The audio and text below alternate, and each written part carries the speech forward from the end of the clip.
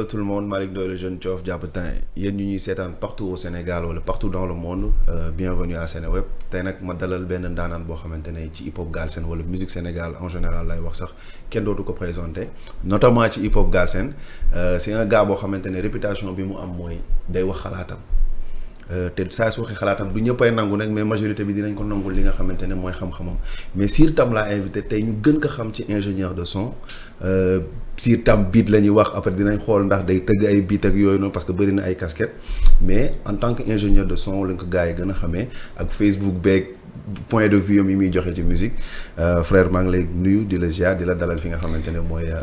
Malick maa ngi lay nuyu. di nuyu gars yi. abonné Seneweb bi yëpp. ñii di abonné sa compte yi sa page yi. et tout ñii di suivre hip hop bi. ak mboole mbokk bu nekk ci culture urbaine yi quoi. ndeysaan. donc tey loolu ngay nuyu ak sa fans yi quoi. parce que temps moom gis naa ne fan non mais si commencé nga am ay fans parce que li tax tey sax ma indi ko fii nii tey li waral invitation bi dama la jëloon benn vidéo mu viral ci réseaux sociaux yi xam nga. nga wax ci politique culturelle bi wax ci def benn cri de cœur wax ne culture urbaine nan lay dimbalee li nga xamante ne mooy la jeunesse sénégalaise.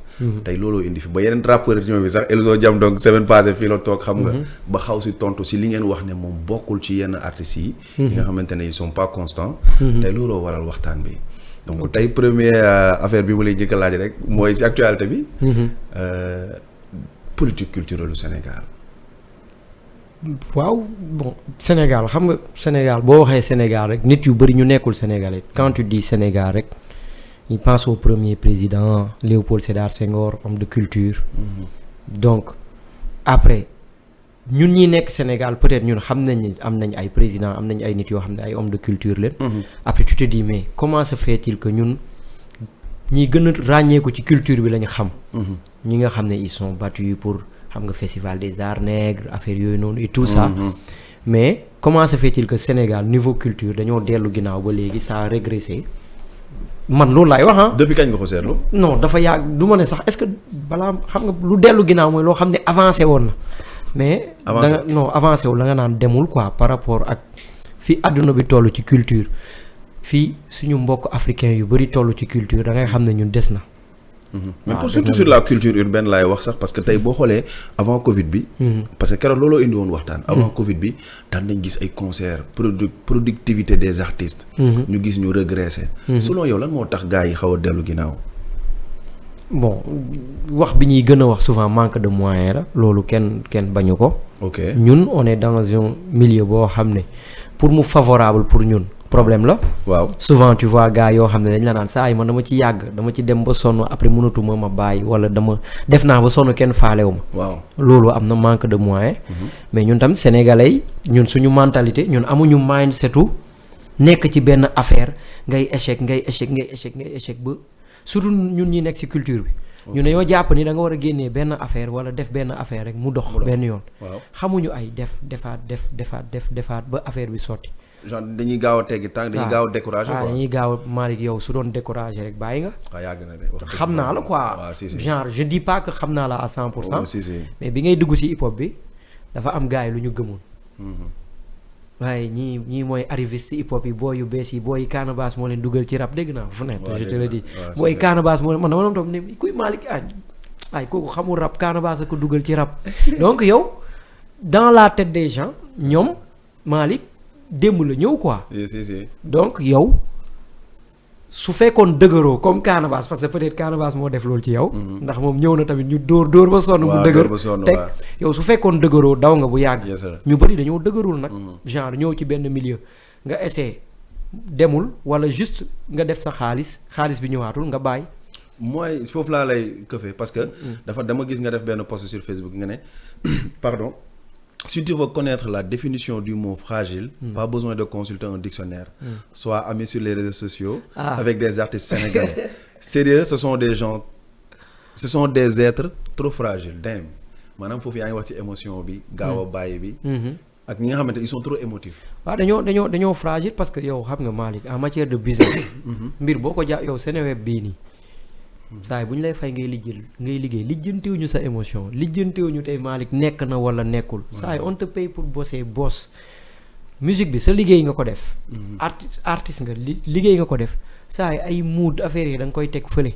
xam nga tu sors un projet doxul nga liggéey maanaam boo génnee projet doxul nga bàyyi rek tu es fragile. tu sors un projet Malick moom tu es dans ton rôle Malick il est dans son rôle. moom peut-être son rôle c'est l'analyse wala invité ay nit yuy analyse. nit ñi naan man projet bi ci man des na. xam nga mer.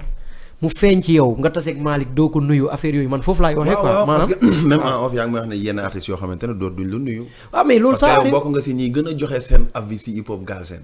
xooloo lu neex nit xooloo lu naqari nit mais da ngay joxe. non parce que man chaque fois su ma toogee ak artiste surtout man parce que nitu studio la dama su ma yónnee artiste son sax te dégguma ko damay tiit da ngay gis ma toog 2 jours woo ko ne ko mais saa yi lan la mu ne ma non nice ma ne ko man su ma bu joxee nit dara damay bëgg am retour. su baaxul tamit n'hésite pas dis-moi que si tam mix bi des na xoolaatal ma ko donc man damaa gëm ni noonu la liggéey di demee feedback dafa baax. parce que yow quand tu sors un projet nga dugal ko ci réseau boo xam ne am na bii. am na bii am na kër kon loolu mooy nangu nga nit ñi wane joxe seen impression. bu doon nanguwoo doo ko fa dugal. YouTube sax am na lii. am na option commenter. commenter mooy nga wax lu la neex wala neexu la. donc yow boo xasee ba génnee produit dugal ko ci univers boobu mooy nangu nga pour recevoir tous les critiques. lu baax comme lu négatif am na koo xam ne peut-être il critique parce que il s'est levé du mauvais pied parce que peut-être il a des problèmes à la maison. ñëpp lay saaga kooku garaawul. am na koo xam ne tamit il vient. déglu na son bi neexu ko c'est son ressenti mu ne la neexul am na koo xam ne déglu na ko mu neex mu ne la neex mais tous ces gens là yow yaa nangu dugal sa produit foo xam ne ñoo ñëpp dañ leen di nangul quoi. mais est-ce que artiste yi ñu ngi liggéey parce que keroog fii la Elzo toog waxtaan boobu moo indi tey le fait que Elzo toog fii ñu ne artistes yi dañoo manqué productivité mais yow en tant que kuy analyser ci hip hop est-ce que les artistes hip hop Galsen ñoo ngi liggéey moom nag ñëw na fii défendre boppam xam nga il y a 2 semaines dama nekkoon ci benn dama defoon poste ne où est passé le rap Galsen quoi tey ma defaat benn poste dugal ay booy. waaw ne ñun ñii di wax sax rab bi amul mais est-ce que ñu ngi suivre booy am ko néew ne ma xanaa 2 semaines yow laa doon laaj fu rab bi nekk ma ne ko waaw moo tax li may wax ni sax dama ci boole sam bopp. parce que ñun dañoo focus ci ñenn. dañoo focus ci ay gars yoo xam ne peut-être jàpp nañ ñi seen temps wu rab jeex na. Omzo daal il nous dit carrément que sama last dance la. il nous dit carrément woy dafa xaraam. kooku ku xaar ci moom leneen yow yaa tooñ sa bopp. waaw sincèrement. ku xaar ci moom leneen. yow yaa tooñ sa bopp. Dip depuis un certain temps productivité bi. c'est plus ça. maanaam day génnee après mu toog ba si yàgg mu ñëwaat. mais à côté. parce que man je me disais que gars yi rabatuñu. parce que xam nga pour lan parce que ñu si ñooñu rek laa focusoon. après mais ma ne ñun mais y a des boys yoo xam ne tey HLM Yoff Colobane Thiaroye Kaolack Thiès boo yaa ngi rap quoi am na ay rookie yoo xam ne ñu ngi def ay affaire boo demee Instagram bon dama ko doon wax sànq ñun Facebook la ñu nekk. Facebook réseau bu mag la c'est un réseau un peu vieux jeu. mais boy ils sont plus culture Instagram. donc yow soo miinee Instagram rek ay Zoki la ay Moïse. gis gars yi di génnee. xam nga ay RN boy après man ma ne waaw mais ñun. ñu ngi wax ni rap bi dafa dee alors que ñun am na à côté ay boy yoo xam ne ñu ngi génne. pourtant Elzo fii la toog. nee na boy yi. ba léegi il n'arrive pas à bousculer grand yi. loolu tamit foo ñu nangu ko lan mooy problème mu boy ba boy yi mënuñu imposer wu. ils ont un problème sax de leader. est-ce que boy am nañ problème pour imposer wu.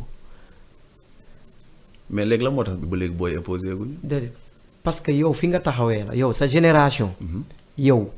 dangaa jàpp ne yow fi nga taxawee yow boo xamul booy rek mooy booy nekkuñ di imposer wu booy ils ont leur game entre eux ñu ngi clashante entre ñoom maanaam ils ont créé ça ñu ngi koy créer entre ñoom maanaam man damay toog ak ay boy studio ñu may wax ay tur rappeurs yu ma xamul ñu dugg YouTube génnee ma clipam wala génneel ma projet am nga ne kon ñii ñoom seen côté ils ont un game ñoom maanaam hip hop bi melatul comme jamono yii passé nga xam ne ci benn kii rek lay nekk maanaam tey da ngay ne Dip mooy leader suba nga ne Canabasse gannaaw suba nga ne Gaston gannaaw suba nga ne Nit Doff non loolu il faut nit ñi déconstruire seen analyse yooyu gars yi nekkuñ fa da ngay gis benn ruq sax boo xam ne dama lay jox exemple dans le Fouta le nord du Sénégal booy yaa ngi fa parce que ñoom ñu ngi rap en pulaar dem nañ ba comprendre ni léegi rap bi soxla woo nekk fii di rap olof wala pël nga pulaar nga tu rap en pulaar. sa culture nga. waaw te Fouta bi foofu am na game bu mag bu fa nekk. waaw booy dañuy clashante ak waa Mauritanie ak waa Guinée. waaw parce que ils partagent la même langue. si si mais ñooñu ñu ngi si game yow yaa leen xamul man maa leen xamul. peut-être soo tapé seen tour sax si YouTube tu vois pas ñu def ay 100 000 vues. waaw mais booy ñu ngi tëgg concert si ses muy feeñ. mais d'accord naa que ne parce que game bi ngay wax ni yàgg na am si hip hop Galsen. dañuy waxtaan. yàgg nga gis ne ay clashante ñoo xam sax xamoo leen. Dip bi muy ñëw exemple. gis nga ñëwam ni mu boobu kenn Dip kenn xamu ko mais ñi nekkoon si suuf. mu ngi doon géem ci suuf. mais bi muy ñëw dafa imposé wu. ak doole potolam. Ngaaka Blindé bi muy fël pareil. ak lu Brick bi muy fël pareil. Elzo Jam donc pareil mun naa lim fi ba suba One Lyrical BMJ. comprendre nga fi ma waxee. mais est-ce que nouvelle génération bi da ngay gis kenn ku tàkk ba nga ne moom mooy kii rek mu jékki regressé waat. foofu laay waxee quoi. selon yow ak sa analyse. ba tey amuñu meilleure entrée ak si ñi ma la limal ak seen entrée ni mu ñëwee. ba tey amaatuguñu ku fël la noonu am nañ ko sax. mais ku ko continuer téye. ñaari affaire dafa am. rap bi depuis un certain temps dafa am divorce entre le public et le hip hop. moo tax loolu mënoo ko sentir. nit ñi engouement bu ñu amoon ci rap bi. waaw. fii un temps da ngay découvrir benn artiste rek daw woon ko say gars bàyyi gis nga kii bàyyi. mais léegi yow da ngay découvrir artiste ne mën na rap rek nga jàll. parce que engouement bi moo fa nekkatul. lu ko dindi. mais parce que y a eu un divorce entre le rap. et le public. depuis corona bi yaa ko wax sax. depuis corona bi wala bien avant. parce que le spectacle il est mort. nit ñi ils voient plus de choses spectaculaires ci rap bi. et le rap wala même s'il ne l'a pas perdu te boo yaa ngi koy récupérer. mais il avait perdu quelque chose d'essentiel ci hip hop bi. mooy son côté sale son côté street. gars ils sont devenus trop clean hein. waaw on a tué le rap. quand on a voulu le rendre clean. loolu moo rey rap. non sois beaucoup plus explicite. non mais parce que tu peux être clean nga rap. waaw mais quand on a biñ demee ba nga xam ne ñaari booy dañuy clashante sax nga gis benn grand boo xam ne ci rap bi la nekkoon ñëw taxaw ne non booy yii dañ ko war a dépasser non saaga yi dañ ko war a bàyyi ñoo rey rap bi. ñun ñii nekk fi di jéem a jaay clean naan la non da ngay dem sax ba quand un artiste est sale dans ses paroles daal gars yi dañ koy écarter maanaam on en parle de manière très négative est-ce que yaa ngi comprendre man je suis pas là pour valider l'artiste mais gis nga le rap c'est la rue et la rue c'est un mélange de sale et de propre léegi nag bu ñu demee ba nga xam ne dañoo bëgg a propre bi dominer hip hop bi loolu ça tue le rap parce que dafa am benn affaire boo xam ne c'est street. li may wax nii nag xaw ma ndax yaa ngi koy comprendre. non si yaa ngi wax si ay valeurs hip hop. waaw loolu. voilà gis nga nag yaa ngi wax si piliers yi mais. voilà mais tey. yaa ngi parce que nii ñu bëri buñ génnee te comme yow duñ d'accord tamit. mais buñ d'accord mais dama lay wax benn affaire. ah. xoolal làmb ji. waaw. xoolal booy yi fay taxawaalu. waaw. xoolal ay Ibra Naajo affaire yooyu seen concert yi. waaw booy yi fay nekk ay booy yu yore moto. ay booy yu utiliser yenn expression bu njëkk ba hip hop bi moo doon créer ay expression ñeneen ñuy jël léegi on est parti ba nga xam ne public boobu nga doon gis ci hip hop bi maanaam nit ñi doon leen daw public boobu léegi xam nga fan lañ dem ci gars yi. mais est-ce que du Samba Peuzzi loolu la def parce que analyse bi ma def mooy Samba Peuzzi dafa jógee ci banlieue. mu jël même expression yooyu noonu ngay wax ay Ibra Naajo di ko def. mu jël ko mais mu def ko mu clean quoi mu moderniser ko. non moderniser wul dara maanaam.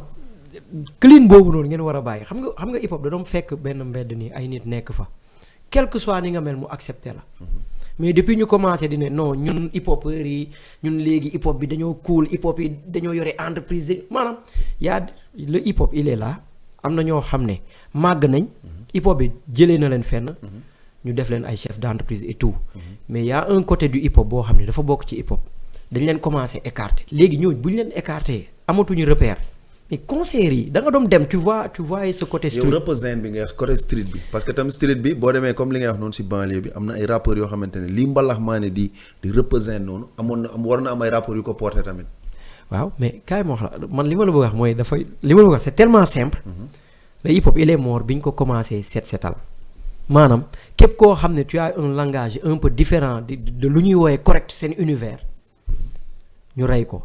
dama la bëgg a wax ni public boobu noonu public bi hip hop mais je fais des posts sur Facebook ma ne làmb dafa war a bokk culture urbaine ay hip hopeurs rek ñooy ñëw ne ma bul boole hip hop bi ak lii parce que dañoo jàpp ni le hip hop se voit trop clean pour se mélanger et hip hop ñaata yoon la hip hop jëlee koo xam ne peut-être kooku noonu mun nga ne dof la mu def ko nit bu normal xam nga nit ki pour pour mu bokk ci yow il faut nga accepter ko te hip hop bi dafa commencé def lu dangereux dafa commencé dàq ay nit maanaam yow bokkoo si ñun lii bokkul ci hip hop da ngay am sax benn langage nit ñëw commenter ne la non parle avec respect mais lan mooy respect tu es dans un monde boo xam ne da ngay nangu nit clash nit jaar fu bon ñun ñëpp bëgg a Omzo Dollar on l'aime pour son côté sale léegi lu buñ demee tey ba nga xam ne ñun loolu léegi dañ koy bëgg a habiller naan non ça da ngeen war a correct mais y a tellement de gens dans la rue dans les banlieues yoo xam ne meluñu noonu booy di wax ay dagg sa yaram ay vod yi affaire yooyu noonu mais yooyu noonu ce sont des trucs yoo xam ne ça faisait partie des cultures de la rue léegi yow boo Malick danaan non man je suis trop propre pour parler comme ça je suis trop cool pour parler comme ça léegi ñooñu noonu nag ñeneen dañ leen di récupérer et ñooñu noonu ñeneen bu ñu leen récupérer pour ñu defaru day métti parce que hip hop da doon récupérer ay nit après defar leen mais léegi nag pour nga récupérer nit il faut nga nangul ko li mu doon ba pare nga mun a wax ak moom ba nga defar ko comme nit ne la man di Daddy Bibson moo tax tey man ma ne mel nii diw moo tax man ma mel nii hip hop moo tax man ma mel nii mais léegi hip hop bi daa commencé bañ ñooñu hip hop bi di leen daax comme ñan ak ñan mooy ñun les acteurs du hip hop par exemple je te donne un exemple wala deux exemples je te donne Dip Elzo Jamdong ñaar ñooñu ba ma doon analyser d'après li nga wax fii ak seen parcours lan nga may wax xam nga Dip c'est l'un des rappeurs les plus street waaw que le hip hop a connu que le hip hop est connu Dip c'est l'un des rappeurs les plus mbeddee bu hip hop bi xam dama lay jox benn analyse Dip bi muy ñëw ci game bi y avait Peupeuse Peupeuse sax dañ ciy waxtaan souvent y avait Peupeuse Peupeuse il était l'intellectuel de la rue mbeddelectuel loolu sax la doon ñoddi parce que waaw le ghostwriter parce que mbedd loolu la mbedd am na intellect mais intellectu mbedd yi nii bëriwuñu quoi mbedd am na intellect am na la street am na le côté un peu street koo xam ne moo gën a accessible Peupeuse ku mbedde la mais quand même intellectu mbedd la daf fi nekkoon moom rek et il était trop dans le truc de dama ñëw pour jàngale hip hop dama ñëw pour won nit ñi ni hip hopeurs yi dañoo am culture ni hip hopeurs yi dañoo mun wax yu graaw est-ce que yaa ngi comprendre il le faisait les gens acceptaient son rap mais pas tout le monde il avait un problème à être intégré par la rue Dip est venu rek il a parlé à la rue ñëpp ko bëgg tous les gens de la rue amoon nañ accessibilité ci Dip son message ses expressions ay poto lampe Dip il est venu il a récupéré toute cette rue qui traînait te amuñoon fu ñu jëm parce que Peupeuse il était peut-être dans un monde beaucoup plus comme li ma doon wax beaucoup plus intellect c'est bien de mais loolu xamal ni loolu noonu dina am ñoo xam ne il se voit pas à travers toi parce que tu étais le poète gars yi dañu ko doon le poète le truc les figures de style. genre foog nga undu ba pare foog nga. non pas undu pas undu non waxin la maa ngi si langage bu mbedd bi maa ngi si gën la undu gën la clean bi ba tey quoi genre foog nga am benn juste milieu en fait. le juste milieu il est important moo tax chaque jour dama koy wax man damay wax dama naan ki nga xam ne mooy nekk comme li ngay wax sànq yaa ngi koy wax comme le king wala soi-disant le leader. Il faut nga nekk à cheval entre ces deux univers. moo tax souvent dama naan Samba Peuzzi lu tax du mel ni Dip. ok parce que il n'a pas essayé d'être à cheval entre les deux univers maanaam le mainstream. et la culture. parce que Dip tu es un gars de la culture boo demee ci répertoire am di nga fa fekk quand même des sons yoo xam ne bind la. des sons yoo xam ne rap la. après nga dem côté mainstream. nga gis ñaar yooyu parce que il a tout fait pour être à cheval entre ces deux univers et kooku noonu day mën a nekk benn lead ci hip hop bi parce que hip hop il faut ñu nangu ni dafa boole ñaar yooyu. léegi benn bi bu dominer ci yow rek beneen bi da nga koy ñàkk beneen su dominer ci yow beneen bi da nga koy ñàkk léegi nag choix la un nit dof fën que ñoom dañoo nangu ni ñoom ils ont le choix de faire dans la culture orthodoxe le hip hop underground lii et man je respecte ça j'aime trop ça mais yow tu te vois là-bas quoi yow wala en tant que hip hopeur man j'aime ce hip hop j'aime le hip hop underground parce que dama jàpp ni mooy aamu hip hop bi mais bu ñuy wax tey ñu ne kii mooy téye flambeau rap bi le gars souvent day nekk à cheval entre la culture et l'industrie quoi le mainstream et Samba Peuzzi il est trop dans le mainstream xam nga bind bu xaar bi comme Dip nu mu meloon bind bu il est street Samba Peuzzi il est street sincèrement il est street quoi ci ay langage am affaire yooyu mais le rap boo xam ne da ngay gis ni li ça c'est le underground hip hop moom il n'a pas defu ci lu bëri quoi mais nekkul ci solin bi waxin am na yenn waxin yoo xamante ne tey il est underground waaw maanaam il utilise des expressions yoo xam ne c'est street mais Dip quand je te dis Dip. non c'est Dip son répertoire da ngay dem nga gis ni par exemple mun nga fi toog koo xam ni dafa underground dafa orthodoxe. nga tegal ko ay mu yendu di déglu ay son. waaw son Dip waaw. waaw loolu nga jël koo xam ne dafa mainstream bëgg a rab bu kii bi comme ni rab bu nooy bi mu yendu di déglu Dip. parce que il a l'équilibre. il a l'équilibre voilà. waaw donc lii laa si bëggoon booster ko ba mu kii mais tey ban message ngay jox la nouvelle génération pour ñu gën a mën a imposer wu. man li ma neex ci nouvelle génération bi comme li may wax sànq le underground hip hop c'est l'âme du hip hop et damaa gis ni booy dañ koo commencé am seen clip yi day street xam nga ils ont compris que ñun pour ñu def leneen pour ñu jàll ci leneen il faut quand même base bi mu nekk fi ba pare. ñun ñu imposer wu en tant que hip hopeur ñu wane ñun ay hip hop saay man li may wax underground mooy y a plein de choses à récupérer dans ce milieu. y a la street à récupérer ñu ngi koy seetaan mu ngi dem ci ay gars yee ne xam nga. ñu ngi ci làmb ji affaire mais y a ça à récupérer booy nañ xam ne mën nañ ko récupérer waat. lii nit dof amoon y a 6 ans 7 ans. xam nga la street ñëpp di ko topp affaire yooyu booy nañu xam ne le terrain est là nañ ko occuper. ñu récupérer waat loolu quoi. fusion bi nag. fusion bi xew léegi rek rambax bi. waaw loolu c'est un. parce que tey mbalax maa ni tey bu ñu demee bay am ay yenn millions de vues yi boo si génnee tey hip-hopeurs yi duñ ko am benn si yow mi toog. waaw loolu du ma ne yaa leen defaral loolu. mais tey job nga ak Wally Seck. Papa Laye job na ak Wally Seck ki defar clip bi peut-être sax si rap la commencé. ki bind son yi sax xaw ma ko bind mais ki leen di bindal sax peut-être si rap bi la jógee. tu vois. fusion boobu nan nga ko gisee. bon c'est une bonne chose pour la musique. pour la musique. waaw sens yi moo yi nag dafa am sens. c'est une bonne chose pour la musique parce que mbir buy dox il faut mu diversifier wu. parce que peut-être sax mbalax authentique boobu noonu dafa nekkoon en sonn. gars yi créer beneen affaire régénérer wu pour def des trucs beaucoup plus modernes beaucoup plus classiques donc c'est une bonne chose pour la musique comme li may wax rek on n'a pas besoin de forcer tout le monde à faire du rap. on n'a pas besoin de forcer tout le monde à faire du mbalax. nit yàlla da ko may xel pour mu mën a créer. xam nga créativité amul limite. ku sentir créer leneen nañ ko def quoi. y a plusieurs genres yu fi nekk y a plusieurs instruments yu fi nekk nit gis ne mën na ko fusionner ak lii mu joxe beneen xeetu musique. eh bien qu'il le fasse on n'a pas besoin de forcer tout le monde.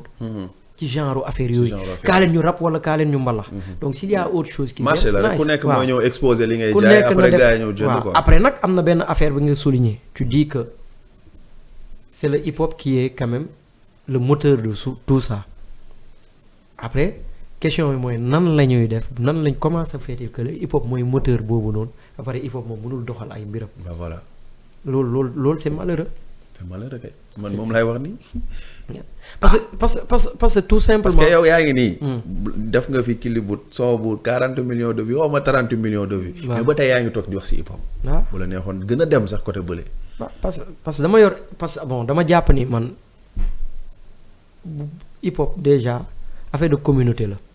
maanaam ce désir de en dehors de mu nekk musique. da ngaa gis ay jeunes yoo xam ne da ngeen bokk passion. tu as envie que ces jeunes s'en sortent. c'est ça. donc yow boo amee envie boobu noonu même bu dee suba yow yaa ngi laal leneen wala ñu ngi def leneen tu dis que mais man peut-être am na ay boy yoo xam ne dañ may déglu jàpp ma ni am naa xam-xam mais am na boy yoo xam ne lépp lu ñu bëgg dinañ ma woone ma siirtam loo xalaat ci lii direction bii nii rab bi affaire yooyu noonu je me dis pourquoi may priver loolu rab bi. pourquoi parce que juste liggéey naa ak keneen rek ma war a bàyyi loolu. donc du ma ko def man du ma bàyyi loolu noonu mun naa kon ne liggéey ak keneen mais je reste hip hop je reste dans le hip hop parce que y a une communauté à aider. américains yi loolu lañ mel benn Jay-Z il dafa jàpp ni. moom dafa am communauté. te communauté boobu moom tam il faut mu may leen loxo ñu jóg. mooy li may wax chaque fois rek ñun ñii ñëpp nga xam ne tey on a côtoyé le hip hop dem defi leneen. ñun ñëpp bu ñu jëloon même bu dee 5% de lu ñu xam wala lu ñu mën indiwaat ko ci hip hop bi day dox parce que hip hop bi ay hip hopeurs ñoo koy doxal. mbalax bi ay mbalax maan ñoo koy doxal. bu fekkee man je ne parle même pas de musique bu fekkee da ngaa dund culture hip hop. parce que comme ni ñu wax on est hip hopeur jusqu'à la mort boo ko nekkee rek nekk nga ko quoi donc feneen foo mënti dem mindsetu hip hop boobu noonu yow war na tax des fois nga gëstu gars yi nga ne mais man hip hop baa ngi nii am na ay boy yu ci nekk mais nan laa leen mën a dimbalee nan laa mën a defee lii. xam nga man su ma sañoon tey gars yi nga xam ne tey nekkoon nañ ci hip hop yëpp te nekk ci leneen. mais parfois ñu gëstu sax tuuti quoi xam nga waaw c'est un message très important en parlant de gëstu et de. collab damay ñëw collab après ñu coof si li nga xamante ne mooy actualité bi. nan nga gisee parce que gars yi ñu ngi wax temps yi na gars yi du collab nañ bàyyi seen ego yi nañ bàyyi ego yi na gars yi du collab yow lan nga gis si loolu. mais collaboration mooy doxal industrie. sa collab de rêve balaa ngay continuer sa phrase boobu. instant bii nii si ñi nga xamante ne ñooy ay ténor soo sañoon kan ak kan mooy def ay kii parce que même ay album en commun sax gisatuñ ko. waaw collab de rêve j'aimerais bien voir kan sax j'aimerais bien voir benn BMJ ak benn Taji Sine def album. waaw j'aimerais bien voir ça quoi j'aimerais bien voir. loolu dina garaaw de pour la culture déjà. mais pour le business waaw pour la culture et pour le business. pour le business waaw ñu def j'aimerais bien voir benn Elzo Jamdong ak Dip def album. pour la culture et pour le business ak Dip def album. pour ah. la culture et pour le business. ñu def album après jël mbedd bi dem def tour du Sénégal. mais loolu est-ce que dina yomb. suñ ko bëggee rek mun nañ ko def bu fekkee nag dañuy clashante bu fekkee dañoo nekkuñ ci jaamu nañ bu ñu tricher buñ ko def. mais bu leen yàlla boolee nañ ko def mais bu dee jàmm amu parce que man hip hop man gëwuma ci tricherie. je ne crois pas au truc de combine de faire des choses nii. mais bu taxawee bu ñu demee bu ñu yëg ko ñu yëg ni ils peuvent dépasser tout ça ñu def seen affaire. mais nañ ko def waaw. d'accord ba tey waaw da pare nee nga collaboration mooy indi lan. collaboration moom mooy man dama jàpp ni moom mooy doxal moom mooy moteuru industrie jamono ji. moteuru industrie dem xam nga collaborer ak ay artistes même bu dul Sénégal ah. tey woo Didi bi def collaboration je sais que ils sont chers. mais ñun tam war nañ. liggéey ñu ngi si dégg naa gars yi ngi siy liggéey. mais ñun tam war nañ liggéey ba cher quoi. ba cher chaque fois ñoom ñoo ñuy laaj xaalis pour ñu def collab. pourquoi pas ñun duñu góorgóorlu tam yéeg ba nga xam ne ñun tamit. ok ñun dinañ mën a laaj xaalis pour collabo quoi. te gars yëpp ñun ñoo leen njëkk a fël suñu gars ñoo leen njëkk a fël ñoo leen njëkk a comprendre le truc. Malick je te dis gars yi nekk ci yeneen région ci yeneen dëkk yi Afrique fii bu ñuy wax ak sénégalais yi ci culture bi bu ñuy wax ak sénégalais ci business bi ñoom dañ naan mais c'est noo leen def ba am bagage bi ba pare le truc. waaw lan la léegi. background la wala ñun ñoo soxorante suñu biir wala lan la. non du ma ne sax soxorante mais. intellect bi ñu am yëpp on le met pas au service dugaluñ ko fi mu war a dugg quoi on met pas cet intellect au service de la musique dañ koy xam nii rek pour du ko waxtaanee nii mais quand il s'agit de l'appliquer dañuy am problème toujours dañuy am ay blocage quoi. waaw. et création contenu man bon damay éco trip dégg ngeen baal ma. man bokk naa si jamono ji ñi gën a def ay création de contenu wala bon bokk naa si ñi ko njëkk a def si hip hop bi. ci réseaux sociaux yi. mu nekk phénomène boo xamante ne ñëpp ñu ngi koy def ñu ngi koy reprendre. nan nga gisee les créations de contenu parce que dafa am benn wax boo xam daf may tikkee. mooy booy yokku leen contenu yi. yokku leen émission yi def leen ay collab seen biir. te nga nekk koo xamante ne dañ koy déglu. te boo mën ba message boo xamante ne man ak ñi mel ni man ak sama ay rakk ak ñëpp lan nga ñuy wax. ngeen continuer créer contenu rek man maa jàpp ni contenu doyul. waaw Malick hip hop mouvement la quoi. te gis nga contenu nu ñu ko créer nii moo tax sax c'est bien ñenn ñi foog ne rab bi dee na. parce que yow Malick am nga ñoo xam ne ñu ngi lay follow yéen a ngi dund seen hip hop à votre manière. léegi man mii nga xam ne nekkuma ci sa culture. ci sa univers damay jàpp ne hip hop bi dee na alors que yow Malick am nga yaa ngi doxal sa hip hop ak ay boy am na boy boo xam ne moom mu ngi créer du contenu pour des boys de son niveau ñoom ñu ngi géem ci seen niveau ñoom. et man dama jàpp ni loolu diversité boobu mu créer moo tax dina doxal hip hop bi Malick contenu doyul dafa war a bari. war naa mën a xëy suba ba ngoon di seetaan ay contenu hip hop. waaw ci Sénégal su ma paree ci Malick dem ci keneen su ma paree ci diw dem ci diw maanaam contenu yi na bari. ak ay collaboration waaw ak ay collabo waaw suñu biir te dinaa ñëw. léegi nag ñu dugg ci actualité bi parce que récemment il y a 1 heure de temps dafa def benn post sur Instagram mu ne amoo leen ci fonds yi ba pare nekk fi naan yàlla def na li gën. donc on va parler des fonds de culture urbaine ñëpp a ngi doon xaar sa post nag ñëpp yàlla def na ko il y a 1 heure de temps la ko posté nga ñëw Sénégal. non dama doon ruube rek dama doon détendre atmosphère bi quoi. parce que gars yi bon loolu sax après dinañ si ñëw parce que par rapport ak li ma waxoon keroog ci culture bi mooy ci sa vidéo boobu noonu. mais tontu si après nga ñëw si. non bàyyi ma dem ci lii. parce que dama bëgg ñu détendre atmosphère bi les gens sont trop crispés maanaam nit ñi war nañ am liberté dama bëgg nit ñi libre parce que li ma bind nii. remarque la quoi. Sénégal temps yi dañoo bëgg a créer ay affaires yoo xam ne par exemple man su ma waxee ci fond bi rek daa mel ni man nguur gi laa clash wala man Pastef laa clash wala lii te bëgguma mu demee noonu quoi. Tu as le droit de parler du fond. C'est un fond des cultures urbaines tu fais partie des cultures urbaines am nga droit ñu jox la ñu ñàkk la jox nga wax ci. mais nit ñi dañuy nekk ci det bi naan non yàlla baax na après koo ci taseel mu kaas ma ne leen mais nit dof lan moo ko yóbbuwoon prison. dafa kaas. dafa am lu ko neexul. mu wax ko maa ngi fàttali ko loolu c'était contre la justice. waaye wax ay wax parce que loolu la doon yëg. maa ngi fàtte bi mu waxee ba pare gars yi naan li mu wax tey ëpp na maa dem posé ne moo tey. parce que man je suis un défenseur de ça quoi. man nit ki boo amee looy fil wax ko. kooku noonu munul tey gérer benn affaire ba pare. moom pare na pour encaisser. pare na pour xam ne les gens vont s'exprimer parce que moom sax moom ñu si bëri moo leen yar ci loolu. moo leen yar ci boo amee loo wax ko waaw donc moo tax loolu laa leen doon wax quoi moo tax ma defaale ko ak humour ne leen gars yi exprimez-vous. parce que ñàkk expression boobu moo tax dañuy toog ci coin di mer. moo tax xoolal hip hop Galsen hypocrisie daf mais lu ndaw rek après dañuy exploser. affaire bu ndaw xool maanaam suba Malick dañuy jàppal Malick tey benn affaire bi duñ ko wax de suba ñu gis keneen di dal Malick ci beneen affaire. ñu ñëw engagé foofu parce que ñoom te ñoom loolu taxul ñuy wax de. mais benn affaire bu leen Malick mos a def bu yàgg. moo métti te Malick sax yëgu ko. parce que nit ñi dañuy denc quoi. et denc boobu chaque jour nga tase ak hip-hopeur mu ne la non bro ndeke nii nga mel. waaw non man foogu mu woon sax ni nii nga parce que waaw parce que le gars était dans les émotions jàppaloon na la ay affaires yoo xam ne yow sax compo quoi. moo tax man dama ubbi kaat pour nit ñi exprimer wu. maa ngi gis sax kii la ñëw bind ne defal plateau gars yi ñëw wax. kii la dinañ ko woo parce que du ma ko woo sax après mu ñëw toog plateau expliquer. parce que il faut que les gens s'expriment moom kii la il fait partie de la rue il fait partie de nous. moom même bu nekk président de la république sax ñun xooluñu ni oui c'est l'autorité non ñun kii la c'est le kii la du hip hop la ñuy waxal. day ñëw toog fii ñu waxtaan ak moom duñ ko sax na ay monsieur le. ubbi na ay buntam parce que ñëw na ba ci sa commentaire. ba ci sa personnel waaw donc nii il est ouvert à parler à tout le monde man kii la musuma wax monsieur le PCA wala grand wala ma ne ko man grand rek laa koy wax non waaw mais dëgg la ak ma respecter statut boobu. mais moom xam na ni moom ñun on peut être free avec lui on peut parler. mais bien sûr il y a beaucoup de désaccords et les gens vont le dire quoi. il y a beaucoup de trucs yoo xam ne nit ñi d'accord uñ ci gis nañ ci ay manquements et les gens vont le dire loolu man damaa bëgg sax nit ñi libre di ko wax. et man j'ai beaucoup de désaccords après dinaa ci wax man dinaa ci bind dinaa ci wax. dinaa doo toog fi jàkkaarloog man te doo ci wax muy lu positif ak peut-être yow li nga jàpp ne c'est négatif. non y a beaucoup de points positifs man y a des noms yoo xam ne bi ma leen gisee ñu am dama kontaan dama ne waaw kii il le mérite wala kii elle le mérite. waaw j'ai vu ça dama gis ay tour yoo xam ne dama kontaan. dama ne ñii war nañ leen jox parce que ñii am nañ ay. mais tey boo doon joxewaat conseil pour ñoom ban côté la ñu waroon gën a defar parce que fonds yi génn na. côté modèle économique fonds bi daf ñu jàngal benn affaire. ci laaj yi mais Malick fonds bi dalaa war a fonds bi jàngal na la ko sax ni ndege sagu rek a fi am. si des gens yi nga xam ne ay référence leen pour booy dañuy toog ni ñoom ni diw lañ bëgg a mel ñooñu ñoo laajte ay fonds pour doxal seen concert. pour doxal seen festival. ça veut dire que le truc ne marche pas comme ça devait marcher man jàngat boobu laa ci am bu ma gisee tur dama ne parce que dans l'imaginaire de certains ñooñu ils roulent sur des millions.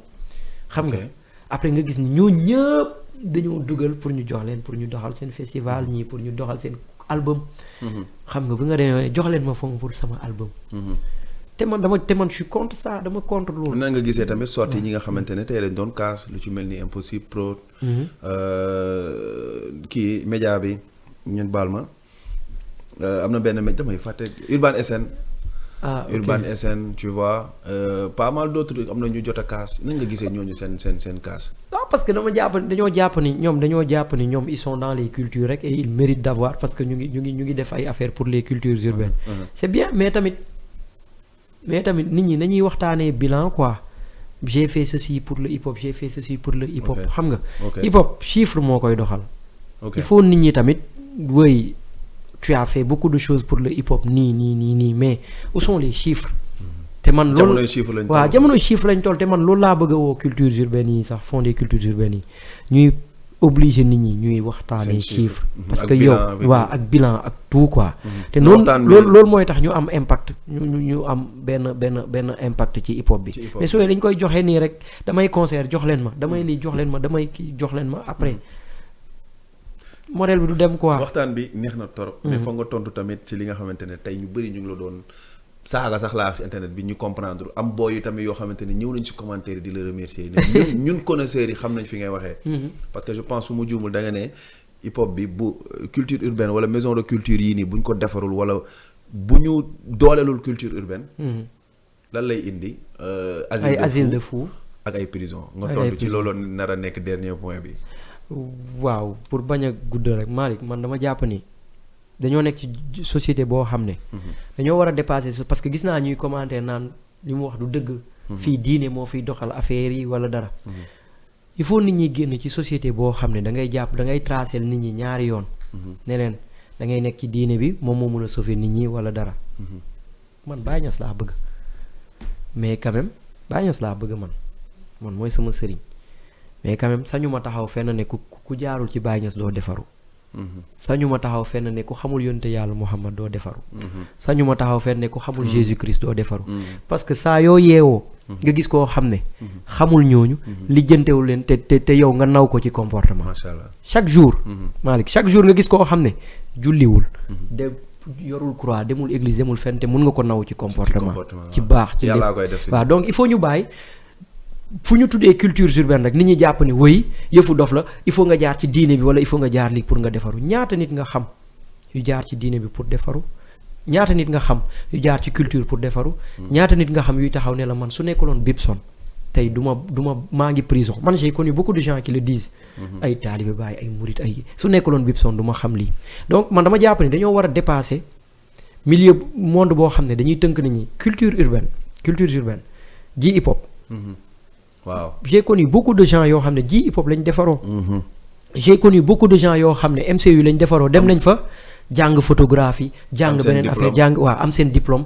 defar di liggéey. te c'est pas seulement de la musique ñiy comprendre culture urbaine ñooy wax loolu mais dafa jéggi musique. dafa yaatu technologie la affaire yooyu noonu. y a beaucoup de gens qui consommaient de la drogue ils ont arrêté de la drogue parce que un jour ils ont côtoyé les maisons des cultures. si ngay comprendre man foofu laay waxee quoi dama bëggoon ne lii nii mën na defar àdduna bi damay jël parenthèse bu ndaw rek keroog fi ñu demoon yow fi ñu tasee noonu. y avait un panel qui était là. y avait grand Omar Sali que je salue waaw. xam père bu ma neex la. après muy joxe exemple ci mu ne da ngay dem États-Unis nga fekk fa lu ñuy wax kër Serigne Touba. xam nga Sénégal commencé nañu reproduire modèle yooyu dëkk boo dem di nga fa gis kër Serigne Touba wala kër El Hadj Malick kër Baye Niass c'est vrai mu ne kër yooyu da nga fay dugg par exemple yow tey mun nga dem ci benn dëkk xamoo fa kenn nga gis ñu bind fi kër Serigne Touba wala kër El Hadj Malick nga dugg da ngay dugg rek nga ne dama bëgg fu may fanaan wala dara gars yi toppatoor la. waaw saa yi lijjantewuñu ban yàlla ngay jaamu lijjantewuñu murit nga wala tijaan dañ lay dimbale quoi waaw.